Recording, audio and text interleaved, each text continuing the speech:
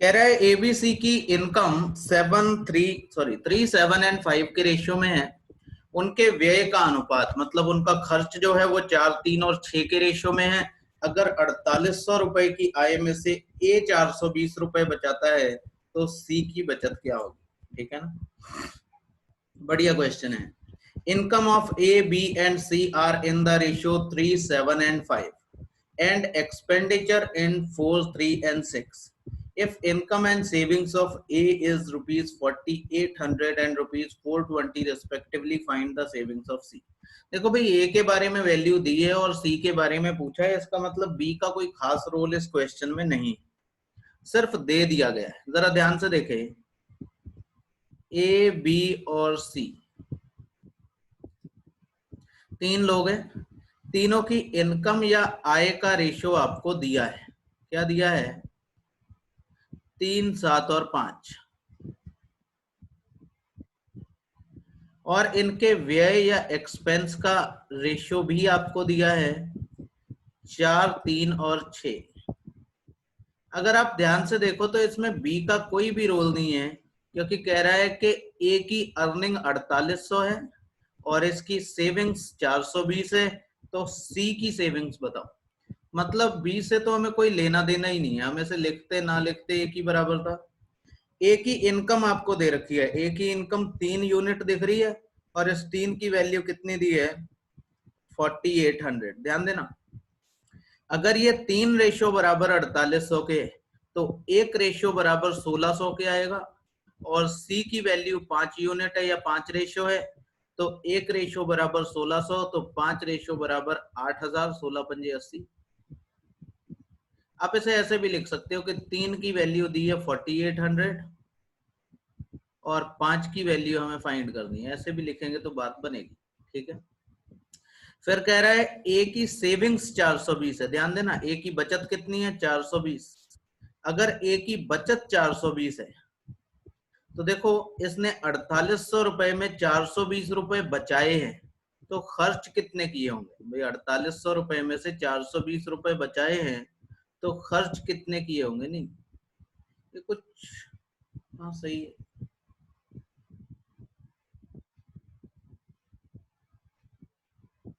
ठीक है, 420 रुपए अगर इसने खर्च किए तो बाकी बचाए होंगे कितने? इसमें से 420 घटा दो, कितना बचेगा? 4380, 4380 रुपए। भाई 4800 में से 420 बचाता है तो बाकी खर्च करता होगा, इसमें से इसे घटाओ, कितना बचेगा? 4380। और इस रेशियो की वैल्यू आपको दी है, 4 की वैल्यू दी है इतनी, हमें 6 की वैल्यू फाइंड करनी। तो 4 की वैल्यू दी है 4380 और 6 की वैल्यू कितनी आएगी? ये सॉल्व कर लें, 2 से काट ले, 3 से काट ले, 2 से इसे काट दो भाई, 2 बार, 1 बार, 9 बार, 0 बार, और इसे गुणा कर दें। अगर ये 2200 होता तो पूरा 6600 बैठता। ठीक है ना, 2200 होता तो पूरा 6600 बैठता। अभी 2200 नहीं, अभी कितना है? उससे 30 कम, मतलब ये 10 कम है तो 30 कम हो जाएगा, कितना आएगा? 6570। अगर वो पूछ रहा है इसकी बचत बताओ, तो देखो 8000 में से 6570 खर्च कर देता है तो बाकी बचाता होगा, तो मतलब 1430 रुपए बचाता है। इसकी सेविंग्स होगी 1430। 4800 सभी का नहीं है क्या? नहीं नहीं, देखो ध्यान से देखो किसका दिया है। अगर 4800 की आय में से ए 4,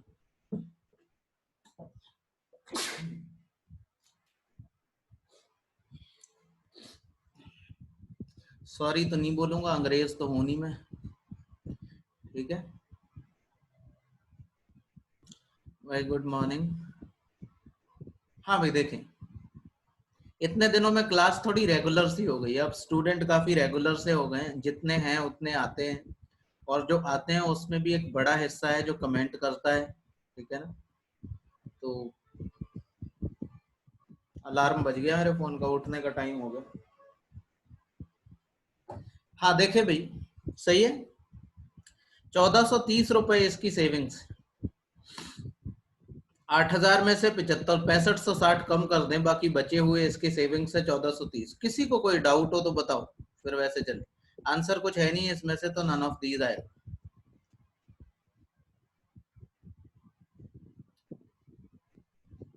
कोई बात नहीं, better late than ever never, better late than never. ठीक है, दोबारा देखे भाई, कई लोगों को दिक्कत है। कह रहा है एबीसी की आय का अनुपात कितना है, 3-7-5, और खर्च का अनुपात है 4-3-6। अगर 4800 रुपए की आय में से ए 420 बचाता है, तो 4800 ए की आय है और 420 ए का बचत है। अभी देखो 4800 ए की बचत है, ए की बचत का ए की इनकम है, ए की इनकम का रेशियो कितना है, यहाँ पे देखो 3, ए की इनकम का रेशियो कितना है 3, और 3 की वैल्यू हमें दे दी गई है 48। अगर 3 की वैल्यू 4800 है, हमसे सी की बचत पूछी है, तो हम सी की इनकम निकालते हैं। सी की इनकम कितनी दी है, 5 रेशियो, कितना आएगा, 3 से कटेगा 16 बार, 16×5 80, 8000। ये तो आ जाएगी सी की इनकम। बताओ किसको डाउट है, सी की आय। उतना लिखने की जरूरत नहीं है। देखो ध्यान से, यहाँ पे ये इनकी इनकम का रेशियो दिया है एबीसी की। ए की इनकम अगर 3 है तो सी की 5 है, और इस 3 की वैल्यू में दे दी गई है, क्योंकि ए की इनकम का वैल्यू आपको पता है, तो 3 की वैल्यू पता है, हमें सी की बचत निकालनी है, तो सी की आय निकालते हैं। तो सी की आय कितनी है, 5, तो सी की आय कितनी हो जाएगी, 8000। बोलो यहाँ तक डाउट तो नहीं है किसी को? जिसे डाउट हो वो कमेंट करे। असल में क्या है, कल ही मैं एक वीडियो देख रहा था, एक मैडम पढ़ा रही थी, तो उन्होंने एक बहुत अच्छा सा सवाल किया कि हम लोग बैठते थे क्लास में, मैथ्स पढ़ाते थे सर, हमें समझ कम आता था, तो हम लोग ये बताते नहीं थे कि कौन सा स्टेप समझ में नहीं आया, हम उनसे कहते थे क्वेश्चन ही समझ में नहीं आया। जबकि सही बात होती थी कि पूरा क्वेश्चन ऐसा नहीं हो सकता कि समझ ना आया, कोई एक स्टेप होगा, लेकिन बताने से झिझकते थे, तो इसलिए कहते थे कि पूरा क्वेश्चन समझ नहीं आया। अब बताओ कहाँ समझ नहीं आया। ये वाला एक देखो, एबीसी की इनकम का रेशियो है 3-7-5, इसमें इस 3 की वैल्यू पता है, क्योंकि यहाँ पे देखो दे रखा है 4800 की आय में से ए बचाता है, तो 4800 किसकी, ए की आय, तो ए की आय कितनी है, 3 रेशियो, हमें सी की बचत पूछी है, तो सी की हम आय निकाल लेते हैं 8000। अब खर्च की बात करते हैं। देखो ये इनके खर्चों का अनुपात दिया है, लेकिन यहाँ पे हमें ए की बचत दी है, तो अगर 4800 में से 420 घटा दें, भाई आप 4800 रुपए कमाते हैं, 420 बचा लेते हैं, तो मैं आपसे पूछूं खर्च कितने करते होगे, तो आप 4800 में से 420 छोड़ के बाकी सारे खर्च कर देते हो, तो 4800 में से 420 घटा दो, बाकी बचे हुए 4380 रुपीज आप क्या करते हो, खर्च करते हो। और ये किसका खर्च है 4380, ये ए का खर्च है, और ए के खर्च का रेशियो कितना है, 4, मतलब ये 4 रेशो की वैल्यू है। और हमें किसका खर्च निकालना है, सी का, क्योंकि हमसे सी की बचत पूछी है, सी की इनकम हमें पता है, सी का खर्च निकाल लेते हैं। सी के खर्च का रेशो कितना है, 6, तो 6 की वैल्यू हम निकाल देते हैं, कितना आया, 6570। सही है भाई, 6570, कैसे भी कर लो आप, इसे इससे काट लो, एकम कट जाएगा, निम पंजे, फिर इसे 6 से गुणा कर ले, 6000 पूरा आएगा, 6570। अब इसमें से इसे घटा दो, बाकी बचा हुआ क्या है, सी की। देखो ये सी की इनकम भी पता है, सी का खर्च भी पता है, बाकी बचा हुआ क्या है, सी की बचत, 1430 रुपए। बताओ किसी को डाउट है, 1420 नहीं कृति, 1430।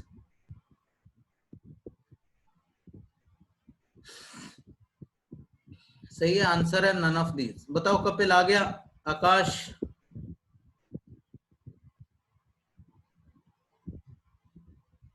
बढ़िया, ठीक है। देखो आने पे ही हाँ करना, भले ही मैं 2 बातें और सुना दूंगा, लेकिन कहूंगा भले की बात। जैसे घर पे सास होती है ना, सास, बस वही समझ लो मुझे। बात कोई पते की बताऊंगा, ये हो सकता है कि 2 बातें बताने के बाद बताऊं। देखो ध्यान से, ये बढ़िया सवाल है, थोड़ा अच्छा है इसका लेवल, समझना बात को।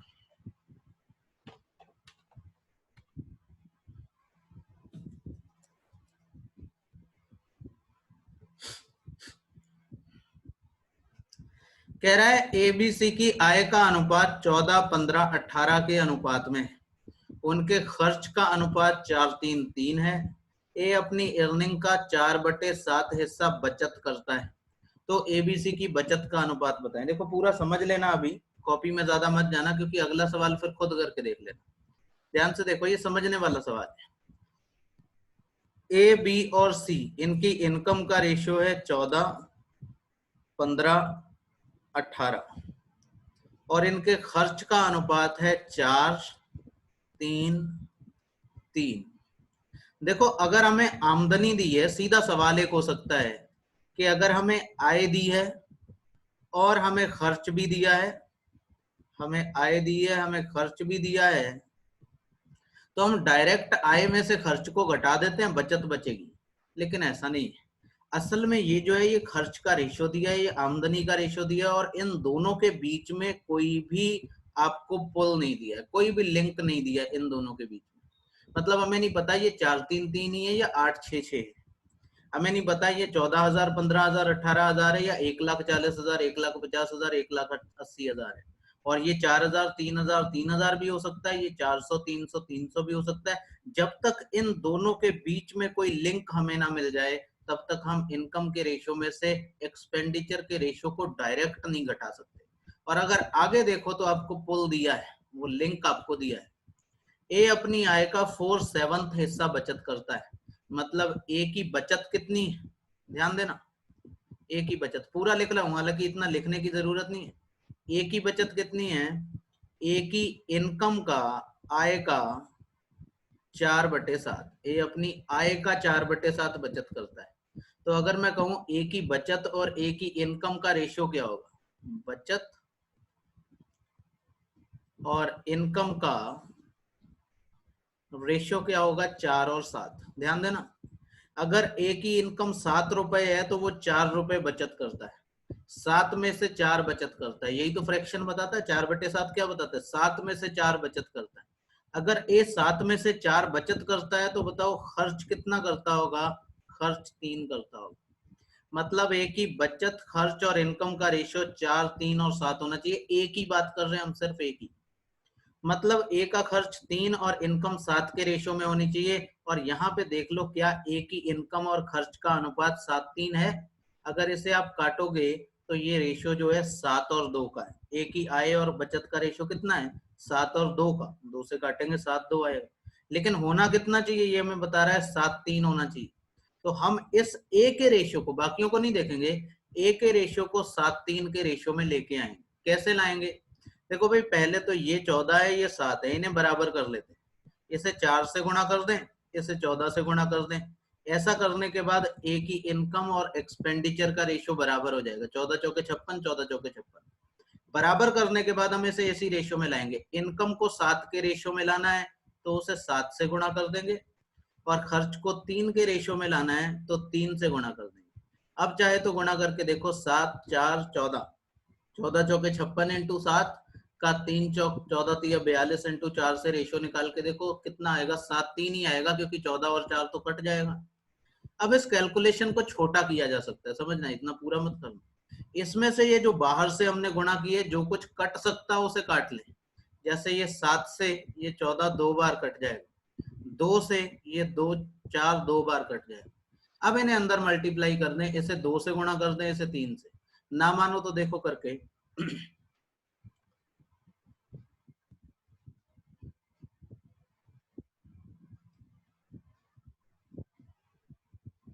कॉपी पेन लेके बैठो भाई। देखो 2 से गुणा करेंगे इसे तो ये कितना आ जाएगा, 28, 30, 36। एक रेशियो को तो कर नहीं सकते, सबको करेंगे क्योंकि सब एक दूसरे से जुड़े। 3 से गुणा करेंगे कितना आएगा, 12, 9, 9। अभी ध्यान से देखो, इन दोनों का रेशियो अगर आप चाहो तो निकाल के देख लो। ये 4 से कटेगा 7 बार, ये 3 बार, 7-3 का रेशियो आएगा। और देखो 7-3 का ही रेशियो हमने बनाना। तो रेशियो को आपको अपने मर्जी के हिसाब से लाना सीखना पड़ेगा। कैसे लाते, पहले बराबर कर लो, फिर जिस रेशियो में लाना है उससे गुणा कर दो, सीधी सी बात, ठीक है ना। अभी आते हैं भाई मैसेज पे। अब देखो, हमें इसकी इनकम का रेशियो भी पता है और एक्सपेंडिचर का भी। अब हम इसे डायरेक्ट घटा सकते हैं क्योंकि ये इसके अकॉर्डिंग है, हमने इसे जोड़ा है, ठीक है ना। 28 में से 12 घटाएंगे कितना आएगा, 16। 30 में से 9 घटाएंगे कितना बचेगा 21, और 36 में से 9 घटाएंगे कितना बचेगा 27। कुछ कटेगा तो है नहीं इसमें से, 16, 21, 27 ये आपका आंसर हो।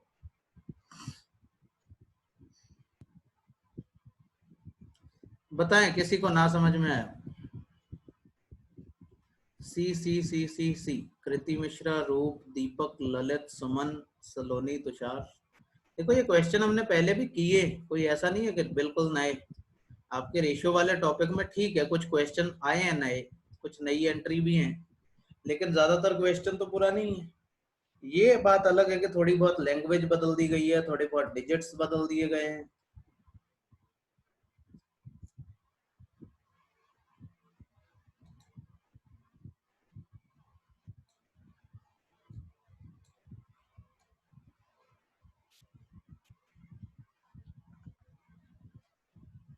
सही है भाई लोग, आगे बढ़े।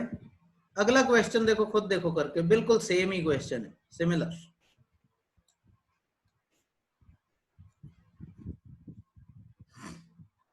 देखो जरा बना के, 1 मिनट मैं जरा पानी पी लूं, आप देखो बना के।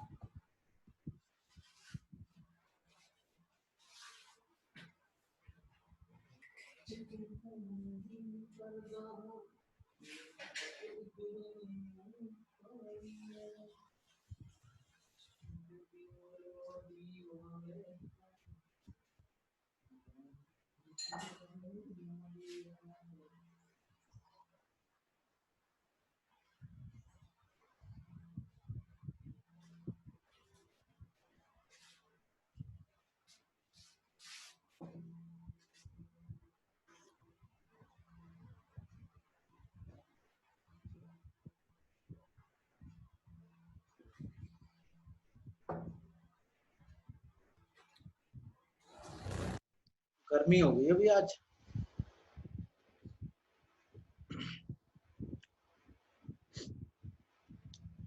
सही है भाई लोग, देखो ऐसे ध्यान से, कुछ खास बात है नहीं, सवाल कितना आसान है। ए की, ए बी सी की इनकम का रेशियो, देखो इतना छोटा सवाल है, 6, 3 और 4 है, ठीक है। इनके खर्च का अनुपात 2, 1 और 3 है। अभिजीत, कृति, सही है भाई, बढ़िया। प्रज्ञा, तो देखो ध्यान से, कह रहा है कि ए अपनी आय का 11/18 हिस्सा बचत करता है। अगर 11/18 बचाता है, मतलब 18 में से 11 बचाता है, तो खर्च कितना करता होगा 7। तो इसकी आय और खर्च का रेशियो 18 और 7 के रेशियो में होना चाहिए, बस इतना, बस इतना ही कर लो। कैसे करें, पहले तो इन्हें बराबर करो, हम सिर्फ एक ही अर्निंग की बात कर रहे हैं, बाकी तो उसके अकॉर्डिंग है ही। तो इन दोनों को बराबर करने के लिए इसे 3 से गुणा कर दें, बराबर हो जाएगा भाई, 3 दूनी 6, ये 6 पहले से। अब इसे 18 और 7 के रेशियो में लाना है, तो इसे 18 से गुणा कर देते हैं, इसे 7 से गुणा कर देते हैं। और जिनसे गुणा किया है इसे हम काट भी सकते हैं, जो कट सकता हो, 3 से इसे काट दें, 6 बार कट जाएगा, बस इतना ही। 6 छंग 36, 6 तिया 18, 6 चौक 24। इसमें से घटा दो 7 से गुणा करके, 7 दूनी 14, 7 एकम 7, 7 तिया 21। तो कितना बचेगा, 3, 11, 36 में से 14 गया, कितना बचा 22, 22, 11, 3।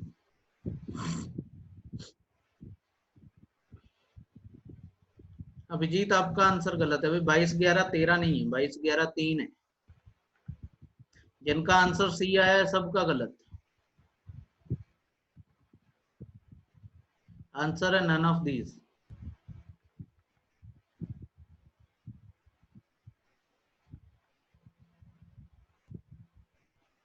देखो इतना सा फर्क तो आपको समझना पड़ेगा, 3, 13 में बहुत फर्क होता है।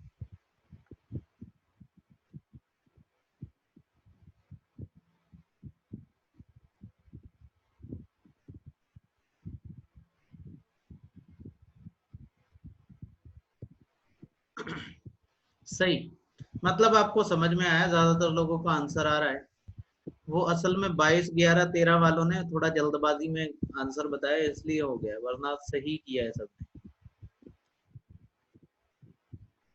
हाँ मैं समझ गया, आंसर सही आया, लेकिन आप लोगों ने सिलेक्ट गलत किया है, क्योंकि यहाँ पे देखने में और कॉपी पे देखने में आपको ज्यादा फर्क नहीं लगा। कृति का सही था, दीपक का सही था। सही है। देखें भाई, आगे बढ़ जाएं, किसी को कोई परेशानी ना हो तो। देखें अगला, ये काफी आसान सवाल है, इसमें कुछ नहीं है, बहुत ही आसान है। एक फैक्ट्री में प्रत्येक कामगार का वेतन 8:11 के अनुपात में बढ़ा दिया जाए। मतलब अगर पहले 8 रुपए सैलरी दी जाती थी कामगारों को, तो अब 11 रुपए सैलरी दी जाती। पहले 8 देते थे, अब 11 देते। किंतु कामगारों की संख्या 3:2 के अनुपात में घटा दी जाए। मतलब पहले अगर 3 लोग काम करते थे, तो अब 2 ही लोग काम पे रह जाए। ठीक है ना? ये उनके वेतन है, सैलरी, और ये उनकी संख्या है, नंबर। मतलब पहले 8 रुपए मजदूरी मिलती थी, अब 11 रुपए मिलती है हर एक मजदूर को। ऐसे मान लेते हैं, ऐसे नहीं कि 8 और 11 रुपए ही मिलती है, इस रेशियो में मिलती है। 800 1100 हो सकती है, 8000 11000 हो सकती है। लेकिन लोग पहले 3 थे तो 2 हो गए। ये जरूरी नहीं कि 3 और 2 ही थे, 30 और 20 भी हो सकते हैं, 300 200 भी हो सकते हैं। पर हम रेशियो को ही वैल्यू मान लेते हैं। मानो पहले 8 रुपए सैलरी दी जाती थी, 3 लोग थे सैलरी लेने वाले, तो 8 या 24 रुपए सैलरी थी। अभी 11 11 रुपए 2 को दी जाती है, तो 22 रुपए टोटल सैलरी दी जाती है। तो वेतन पर निवल प्रभाव या टोटल इफेक्ट या नेट इफेक्ट क्या होगा? तो देखो भाई, परसेंट में आंसर पूछा है। वेतन जो है कम हो गया, कितना? 2 रुपए। भाई 24 से घट के टोटल सैलरी 22 रह गई, तो आप कहोगे 2 रुपए सैलरी कम हुई। और कितने में से कम हुई? 24 में से कम हुई। तो बटे में किसे रखेंगे? 24 को। 2/24 कम हो गई। अगर मैं फ्रैक्शन में कहता कितनी कम हो गई, आप कहते 2 कम हुई। कितने में से? 24 में से। और परसेंट में लिखने के लिए 100 से गुणा कर दो। 2 से ये 12 कटेगा, और 1/12 की वैल्यू आपको पता है कितनी होती है?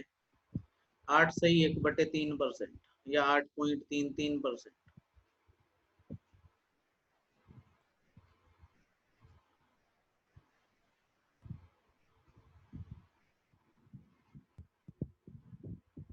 बढ़िया तुषार, दीपक, प्रज्ञा, सुमन, ललित, कृति, वर्तिका, ऋषभ।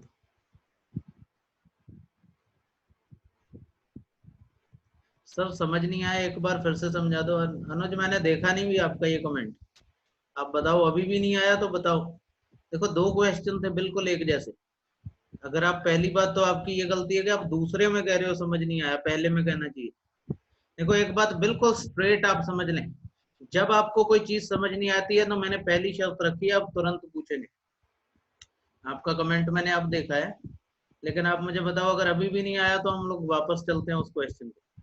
लेकिन मैंने 2 क्वेश्चन पूछे किए, तो आप दूसरे पे क्यों पूछ रहे हो? क्योंकि दूसरे और पहले में कोई फर्क नहीं है, आप पहले पे क्यों नहीं पूछ रहे? सिर्फ हिम्मती स्टूडेंट चाहिए, आप बात को समझें। सिर्फ हिम्मती स्टूडेंट, जो कम से कम पूछने की हिम्मत तो रखते हो।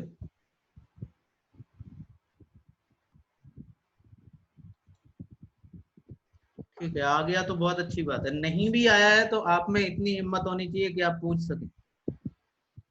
वरना आप जिस रास्ते पे चल पड़े हैं, बड़े कांटों भरा है, आपको दुख देने का आगे जाके। देखिए अगला, एक फैक्ट्री में प्रत्येक कामगार का वेतन 30-31 के रेशियो में बढ़ा दिया गया। मतलब पहले अगर एक आदमी को 30 रुपए सैलरी मिलती थी, तो अब 31 रुपए मिलती है। और कामगारों की संख्या 10% घटा दी। तो आप मान लें कि पहले 100 मजदूर काम करते थे, तो अब 90 करते हैं। भाई यही तो, पहले 100 करते थे, तो अब 90 मजदूर काम करते। कह रहा है कि वेतन पर निबल प्रभाव क्या होगा? तो इसकी गुणा कर लें, इसकी गुणा कर लें, उससे भी ज्यादा सही है कि आप इसे काट दें, जो कट जाए। देखो, ये 30 से ये 90 3 बार पक्का कट जाए, तो 100 था, 93 रह गया। 100 से वेतन 93 रह गया। चाहे आप इधर गुणा करके काटो तब भी, अगर डायरेक्ट काट दो तब भी, वैल्यू तो रेशियो में सेम ही आएगी, बाद में कट जाएगा 30। ठीक है ना? तो 100 से 93 रह गया, कमी कितने की आई? 7 की। और कमी क्योंकि 100 पर आई है, इसलिए आप कह सकते हैं 7% कमी। कोई बात नहीं। बढ़िया, बहुत बढ़िया। रूप, सबसे पहले आंसर किया अभी आपने।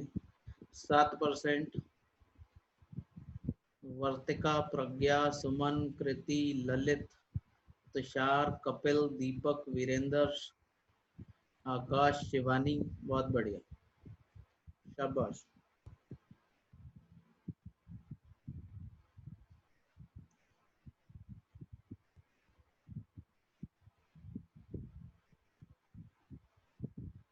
सही है भाई, हटा दो इसे।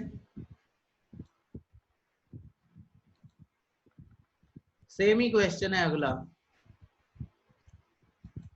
कह रहा है एक कारखाने के मजदूरों की संख्या में 5:4 के अनुपात में कटौती कर दी गई और उनकी संख्या 22:25 के अनुपात में बढ़ा दी गई।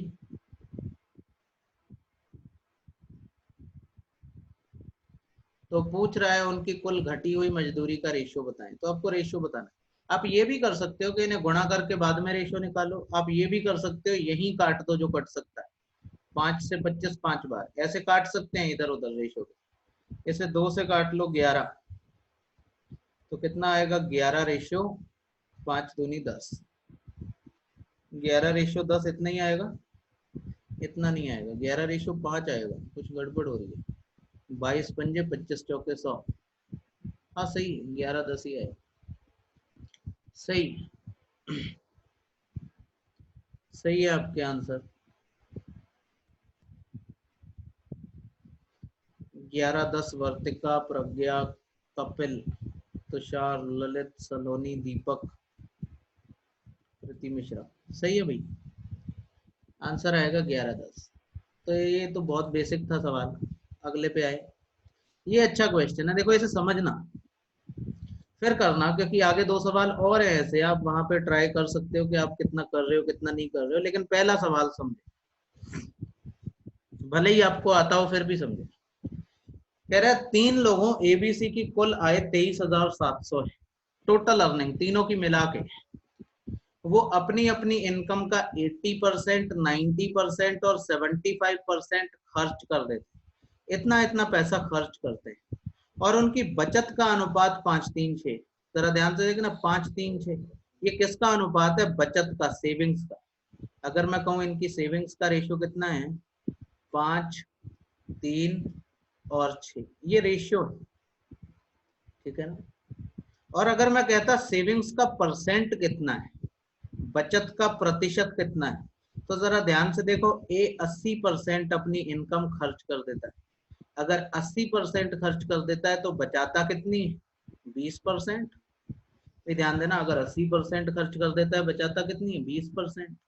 बचत का रेशियो हमें पता है, हम बचत का परसेंट निकाल। दूसरा 90% खर्च कर देता है तो बचाता कितना है, 10%। और तीसरा 75% खर्च कर देता है तो बचाता कितना है, 25%। ये इनकी जो है बचत का परसेंट है, सेविंग्स का परसेंट। अब ध्यान से देना, जब मैं कहता हूं कि एक आदमी 20% अपना बचत करता है, तो इसका मतलब यही तो है, किसका 20%, आय का 20%।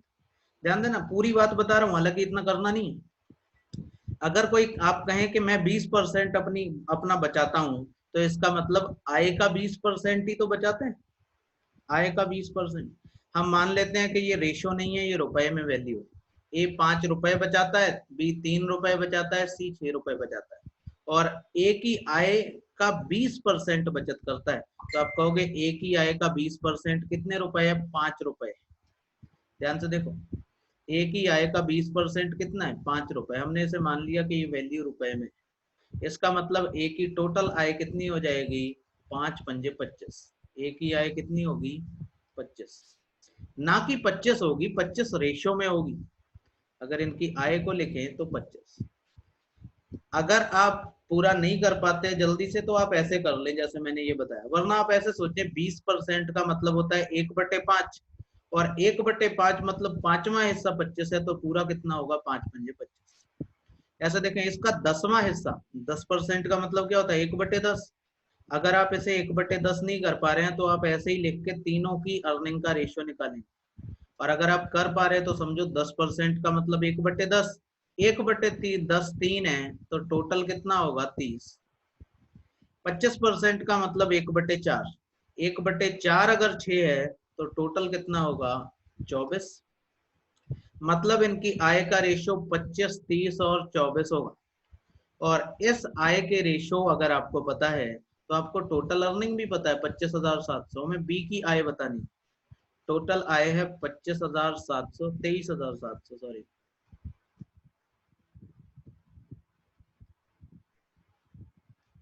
23,700। उसमें से बी की अर्निंग कितनी है 30। कितने में से वो जोड़ लो, इन्हें जोड़ लो, 5 4 9, 3 2 5 2 7, 79। 79 से इसे देख लो ये कितनी बार कटेगा, 3 बार पूरा कट जाएगा। 8 3 24, 300, 9,000। एक ही इनकम होगी 9,000। कृति बहुत बढ़िया, आपने बहुत पहले आंसर कर दिया था। तुषार, सुमन, ललित, कपिल, रूप, सलोनी। समझ रहे हैं ना, बचत का रेशियो आपको दिया है, बचत का परसेंट आप निकाल लोगे घटा के, और उससे आप इनकम का रेशियो निकालोगे और उसी इनकम में डिवाइड कर दोगे।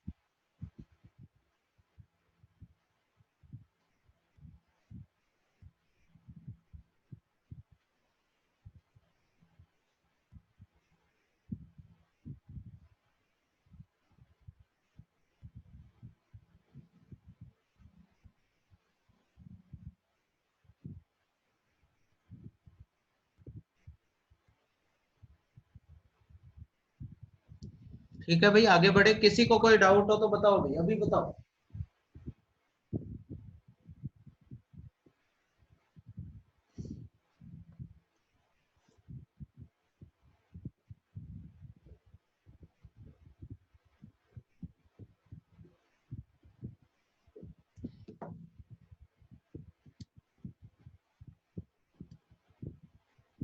किसी को नहीं? चलो फिर आगे बढ़ते। सेम ही क्वेश्चन है बिल्कुल, बस थोड़ा थोड़ा फ्रैक्शन में आपको दिक्कत कर सकता है। ठीक है ना, तो देखो इनके फ्रैक्शन पहले लिख लेते हैं। एबीसी की टोटल अर्निंग है 47,600। ये क्वेश्चन पूरा नहीं होगा, असल में टाइम नहीं बचा है, तो बीच में कट जाने से अच्छा है मैं इसे पहले ही काट देता हूँ। ठीक है, मैं आपको दूसरा लिंक भेजता हूँ, आप उस पर आ जाए।